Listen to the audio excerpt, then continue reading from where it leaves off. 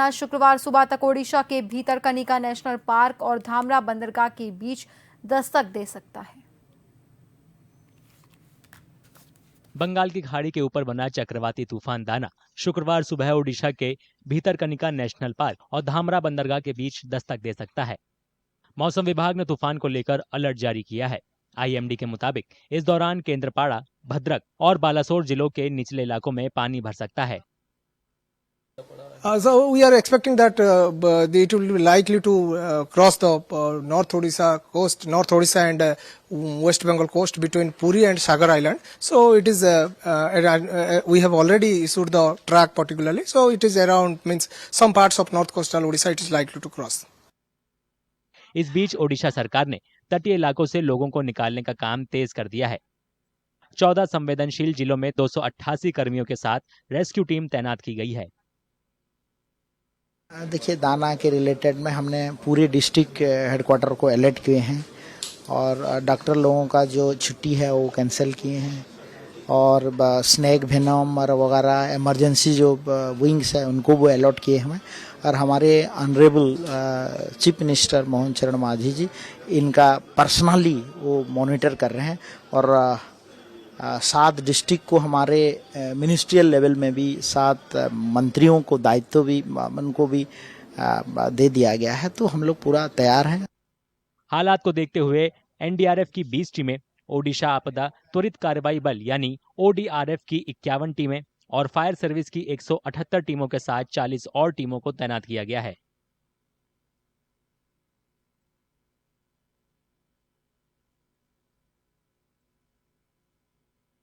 We have deployed 45 teams in 4 states, in 20 in Odisha, 13 in West Bengal, 9 in Jharkhand and 1 in Chhattisgarh. We have also got 3 teams deployed in Andhra Pradesh because the extent and the expanse of the landfall is quite large. So we are taking all care to see that post landfall activities are also taken care of. Odisha में जिन जिलों को alert पर रखा गया है उनमें अंगुल, पुरी, नयागढ़, घोरधा, कटक, जगत सिंहपुर, केंद्रपाड़ा, जाजपुर, भद्रक, बालासोर, क्योंझर, डेंकनाल, गंजम और मयूरभंज शामिल हैं। राज्य सरकार ने 14 जिलों के करीब 3000 ऐसे गांवों की पहचान की है जहां हालात बिगड़ सकते हैं। ये गांव तटीय इलाकों में बसे हैं। शुक्रवार सुबह तक तूफान दाना के ओडिशा में दस्तक देने से पहले करीब 10 लाख से ज्यादा लोगों को सुरक्षित जगहों पर शिफ्ट किया जा रहा है। साइक्लोन बिपरजॉय जब आया था तो 0 कैजुअलिटी साइक्लोन बताया जा रहा था। प्रीएम्प्टिव एक्शन जो होता है बहुत इंपॉर्टेंट होता है कि साइक्लोन के सामने हम खड़े होकर के अपने आप को बचा नहीं सकते हैं। उससे पहले की कार्रवाई बहुत इंपॉर्टेंट है। लोगों को समझाना, अवेयरनेस प्रोग्राम करना, इंफॉर्मेशन देना और जो साइक्लोन शेल्टर्स बनाए गए हैं जो इंडिकेटेड हैं वहां पर उनको पहुंचाना। तो ये कार्रवाई अभी चल रही है। पारादीप बंदरगाह प्रशासन ने भी नुकसान को कम करने के लिए एहतियाती कदम उठाए हैं। पोर्ट पर मौजूद सभी जहाजों को महफूज रखने के लिए गहरे समुद्र में लंगर डाला जा रहा है।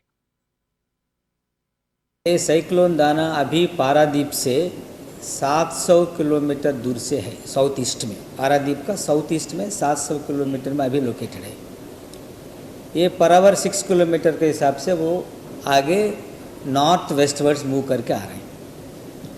ये 24th इवनिंग या 25th morning it will cross the coast.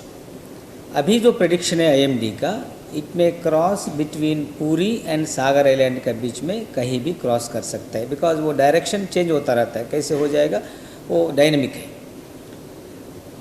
हम लोग पारादीप पोर्ट अथॉरिटी ने पूरा तैयारी कर लिया। हमारा crisis management system is already activated.